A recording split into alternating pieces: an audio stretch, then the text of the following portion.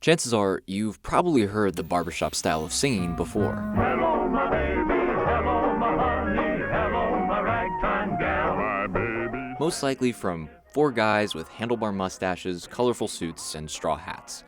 The imagery has practically ingrained itself into American pop culture. And you'll be left alone, oh baby, telephone and tell me I'm yours. But look beyond this popularized 1950s era stereotype, and we find a long-established yet little understood art form. One with over a century of history, annual international competitions, legendary singing talent, and a propensity for good vibes. So let's explore the rich history and traditions of barbershop singing.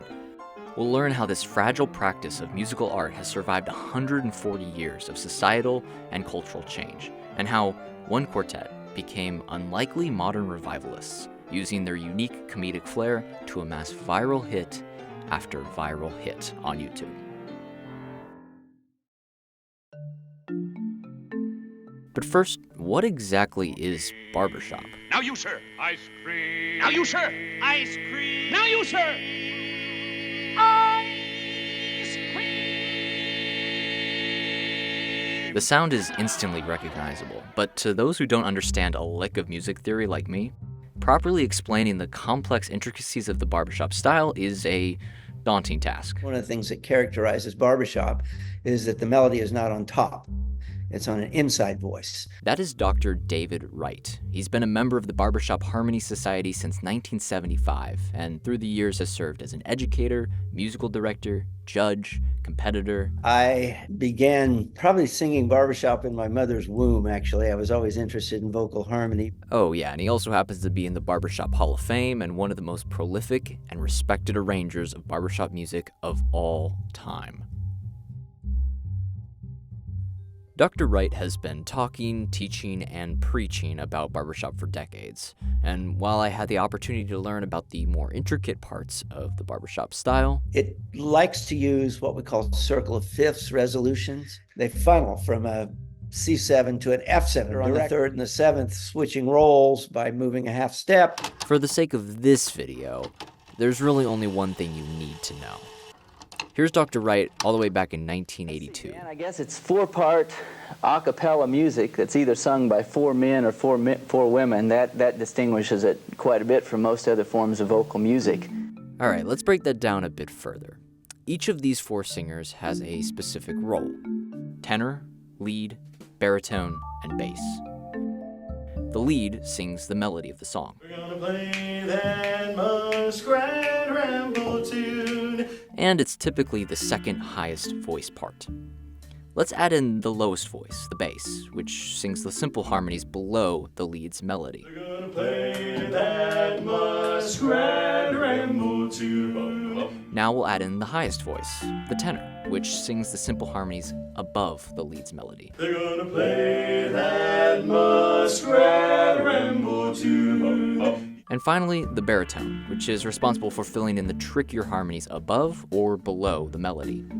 Alone, this part sounds quite strange. We're gonna play that muskrat ramble tune. But add the baritone in with the rest of the voices, and voila, you've got barbershop. Feel the beat of that rambling, scrambling muskrat song.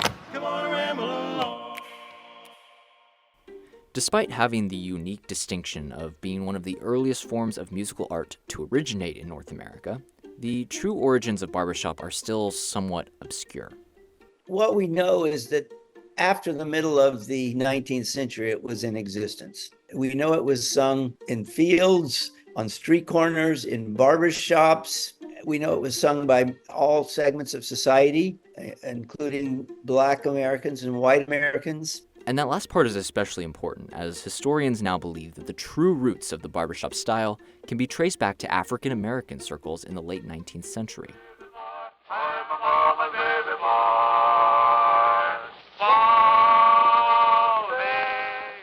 Scott Joplin, Louis Armstrong, Jelly Roll Morton, they were all early practitioners of barbershop and four-part harmony before they became jazz musicians.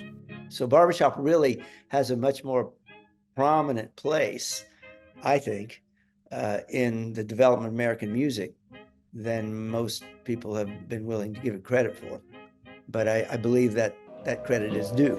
Your troubles, sorrows, and care. Barbershop was popular throughout the late 19th century, but it really exploded at the start of the 20th century, assisted by a burgeoning recording studio scene. Some of the first prominent recording artists were quartets. And it was the 1910 song Play That Barbershop Chord, the nation's #1 hit for 10 weeks, which officially gave barbershop its name and spread the style to the masses. Yes, I'm listening, baby, yeah. Play that barbershop call. That's the play I want to hear. That soothing the heart. And despite the genre reaching high levels of popularity in the decades following, by the late 1930s, barbershop music, both in black and white society, had almost completely died out. Until something big happens. 1938 rolls around, and there was a historic moment for barbershopping in that a couple of fellows from Tulsa, they were O.C. Cash, who was an attorney, and Rupert Hall, who was a businessman. They were stuck in Kansas City because of bad weather, and their flights had been canceled, and there they were. They struck up a conversation and started talking about barbershop harmony. From this chance encounter in Tulsa, Cash and Hall recognized that barbershop was at risk of fading into obscurity, and were inspired to start a sort of singing club. The organization they founded was called the Society for the Preservation and Encouragement of Barbershop Quartet Singing in America, or SPEBSQSA for short. Whose acronym was supposed to outdo those of any of Franklin Roosevelt's New Deal agencies. That was the point of that. Several weeks later, they returned to Tulsa, where they held their first official gathering. O.C. Cash had sent an invitation to 14 singers he personally knew. In this age of dictators and government control of everything, about the only privilege guaranteed by the Bill of Rights, not in some way supervised or directed by the government, is the art of barbershop quartet singing. That was the beginning of what is now the Barbershop Harmony Society.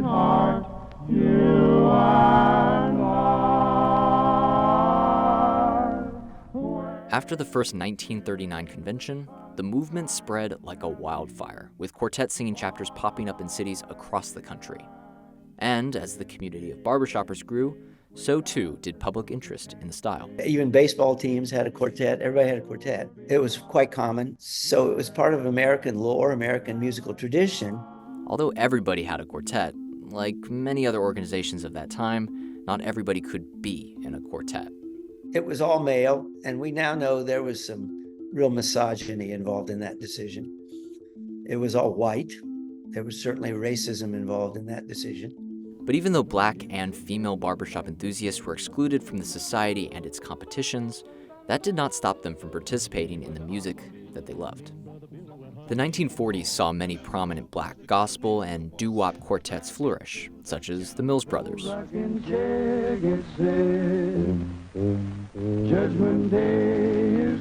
Female barbershoppers also took matters into their own hands, forming their own singing organization in 1945 called Sweet Adelines.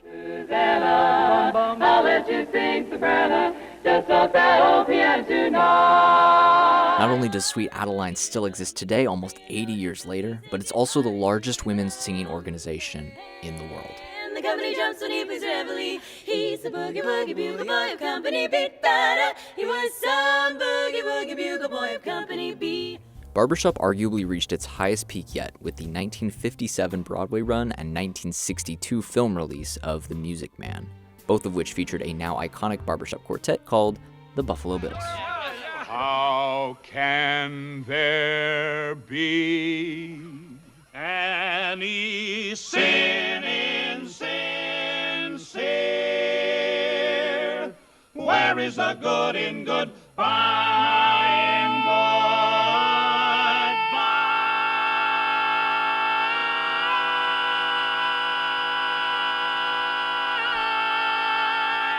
The Buffalo Bills were the 1950 International Quartet champions, a distinction which led to an illustrious performing career throughout the next 17 years. The man on the street or woman on the street knew the Buffalo Bills. They were the quartet in the Music Man.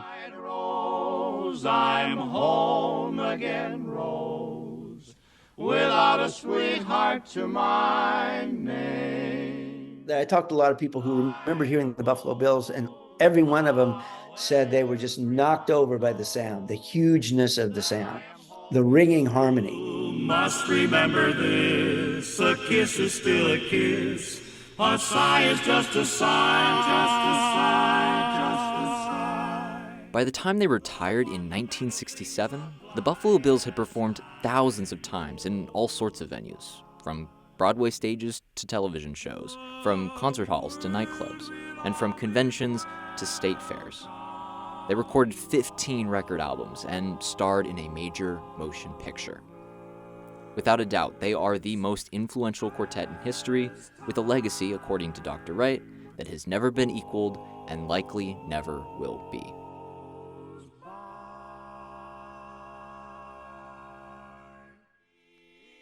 Starting in the 1970s and 80s and continuing through the present day, Barbershop has embodied a nostalgic and almost fantastical snapshot of American culture. Just look at its persistent prevalence in media and entertainment today. Camptown ladies sing this song, doo-dah, doo-dah. Camptown racetracks by miles. Oh, no, it's a Barbershop Quartet! Out of luck, we're breaking up. And Insane in the membrane, insane in the brain, crazy insane, got so lucky. That's just what I love. With this old-timey style of barbershop being almost exclusively represented in pop culture, one might reasonably assume that barbershop had died off sometime after the 1960s. However, that couldn't be further from the truth. When you say barbershop harmony to someone, they often think old songs, old men, probably singing poorly in straw hats and striped vests, right?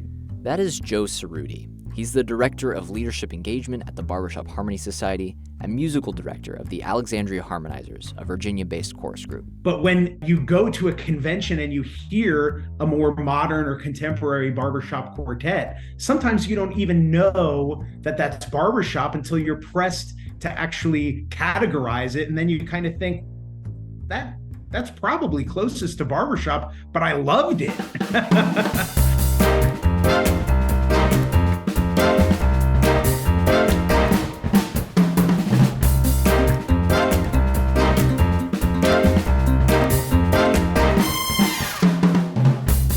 85 years later, O.C. Cash and Rupert Hall's Songfest for Harmonization lives on through the Barbershop Harmony Society and its yearly international conventions. Barbershop Harmony is largely supported by a very passionate tradition of competition that not only provides performance opportunities, but it really helps to maintain a community around the art form.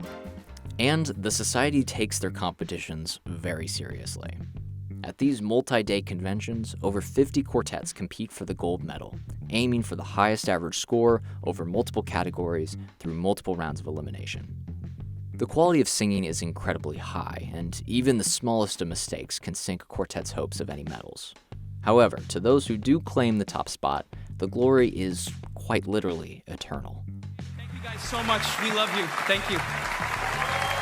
That's because there's one aspect of the Barbershop Quartet competitions that is somewhat unique. Once a quartet wins gold, they are considered champions forever and can never compete again as a group. This ensures that no quartet ever dominates the competition and gives individual singers the opportunity to experiment with different quartets and sometimes even different singing parts. High stakes and incredible talent makes these conventions a yearly spectacle, and the competitions of today look quite a bit different from the competitions of yesteryear, in scope, in quality, but most notably in the types of songs that are being sung. A lot of people tend to think that barbershop harmony is an era of music, but that's certainly not true. Most of the scholars of barbershop would say that it's not a style of music, but it's actually a style of arranging music. And that you can take music that was written 2 years ago or 200 years ago and make it barbershop. That's why, especially in competitions from the past decade, you can find some of your favorite pop, classic rock, Motown, and even internet meme songs adapted for 4-part harmony. I got so much honey, the bees and My hands are shaking, my knees are weak. I can't seem standing on my own 2 feet. Who do you think I would have such luck? I'm in love. I'm all shook up. I'll be gone in a day or two. These things just like flies, look out. Here comes the Spider-Man. He's swinging around. Oh, somebody, oh, somebody. Gotta find me somebody to love. Can anybody find me? So, in that sense, barbershop is almost timeless. But despite an increase in singing quality and competitors in recent years, general membership in the Barbershop Harmony Society has actually been steadily decreasing. In 1998, society membership was at 34,000 singers. In 2004, it was at 31,000, and by 2017, it had fallen to 24,000. COVID cut that by more than a half, but that number is somewhat recovering. Membership in the Barbershop Harmony Society is hovering around 14,000 people across North America today. Here's a bit of a paradox, however. Despite society membership being at its lowest in decades, public interest in and awareness of barbershop is quite possibly the highest it's ever been since the 60s. Why?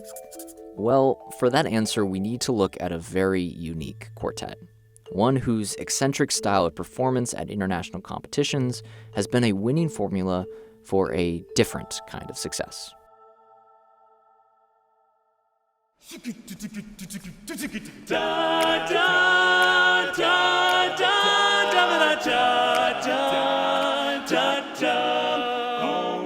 We're no strangers to love.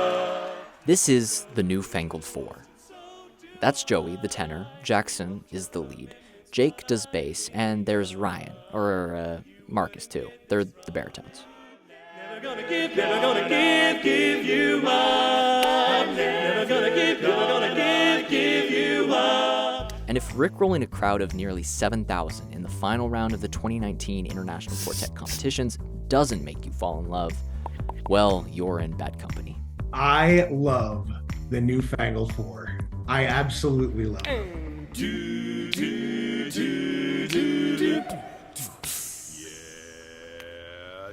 Hello, my baby.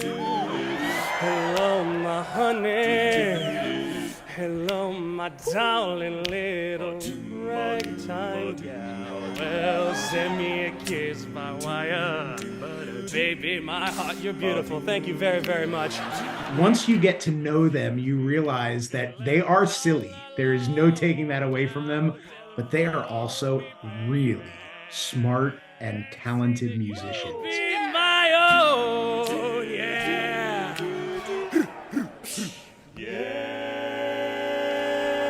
Don't let the funny songs and elaborate performances fool you, though. Beneath it all is a quartet who can belt out the barbershop classics as well as anyone. Hello, they tell me that you're mine.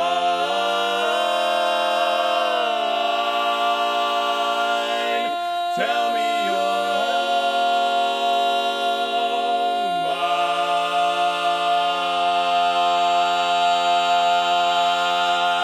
mine. But when comparing them to other modern-day quartets, it's truly their unique comedy that stands out. Oh, they're hilarious. There's an outrageousness about their delivery and their ideas that just, it catches you off guard.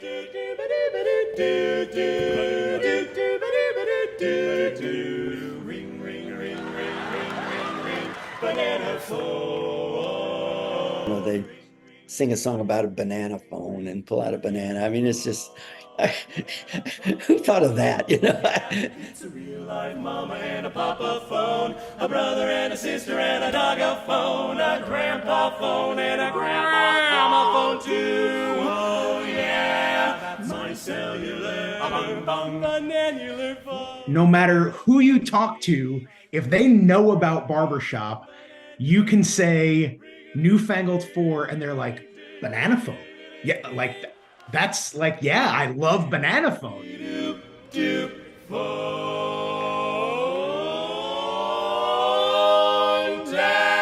The Newfangled Four has brought attention to Barbershop Harmony Society to so many people. The Newfangled Best Four is going to be comedy a quartet. crowd My favorite childhood until they die. and young adulthood just collided in These a guys are pinnacle just of always as an a absolute society. delight.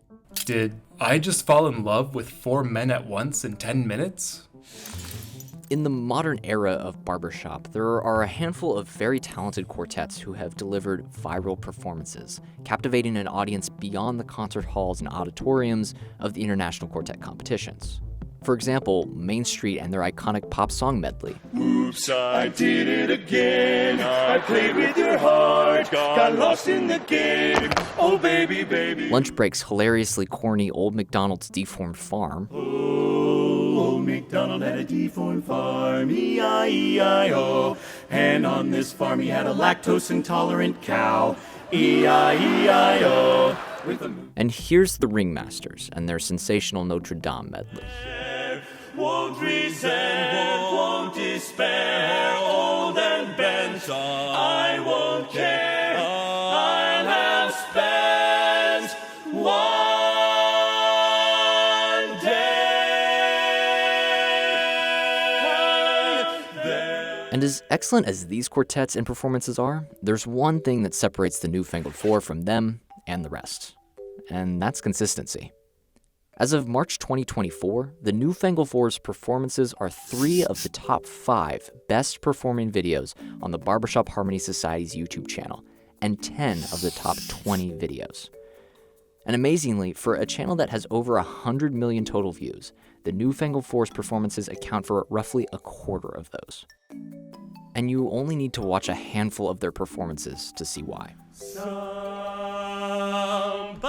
once told me the world was gonna roll me. I ain't the sharpest tool in the shed. She was looking kinda dumb with her finger and her thumb in the shape of an L on her forehead. There's this kind of pop culture appeal to what they're doing, that you don't have to love barbershop to love what the Newfangled Four is doing. They're doing all sorts of really interesting things that isn't all that normal to occur in the Barbershop Harmony Society.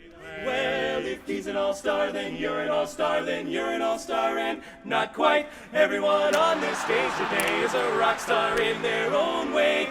All that glitters is gold, only shooting stars, shooting stars. And though they make it look easy, being that consistently funny while still delivering a quality musical performance is pretty dang difficult. You know, I go judge district contests and see a lot of attempts at comedy, and you just kind of shake your head and say, oh my God, what am I going to tell them when I have them in an evaluation session?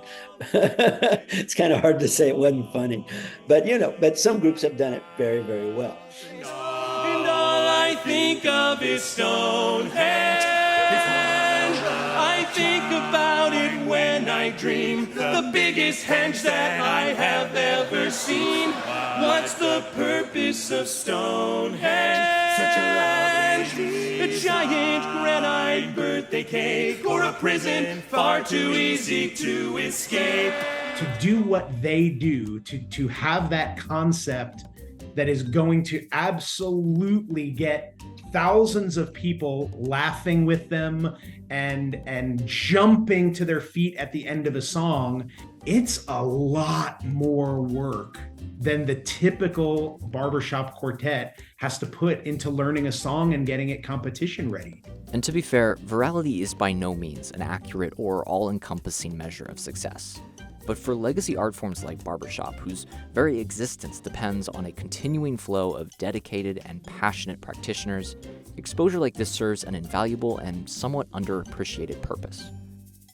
And when it comes down to it, that's why the Newfangled Four will be remembered in the barbershop history books.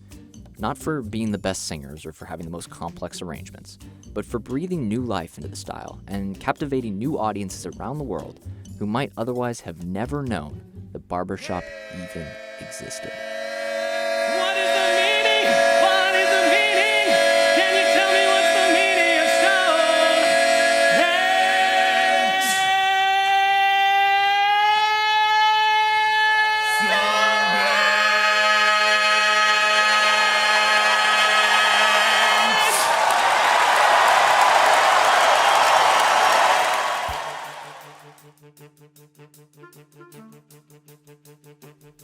Like all art and musical styles, barbershop is constantly evolving and changing.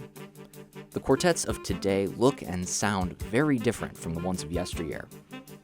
But at its core, for 140 years, through good times and bad, barbershop has persisted.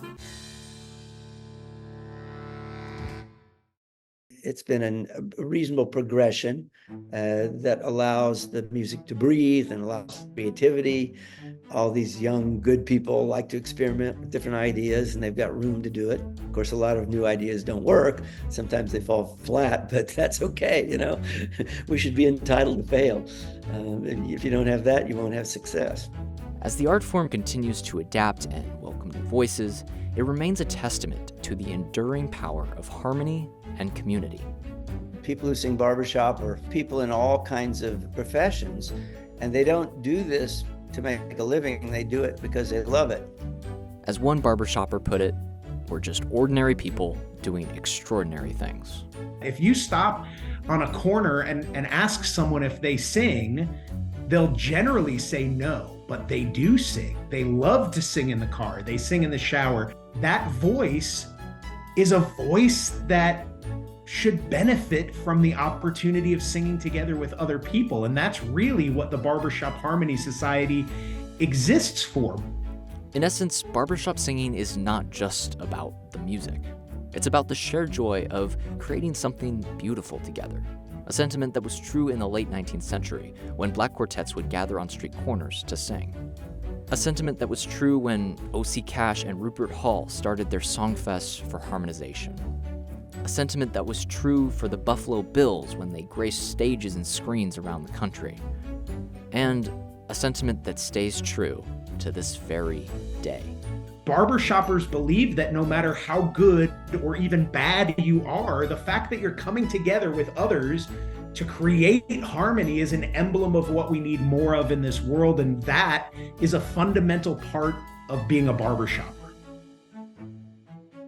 Hey, thanks so much for watching. If you would like to learn more about barbershop, please check out the Barbershop Harmony Society's website and their YouTube channel, both of which I've linked down in the description below. Also in the description are some links to my personal favorite barbershop performances for your further enjoyment.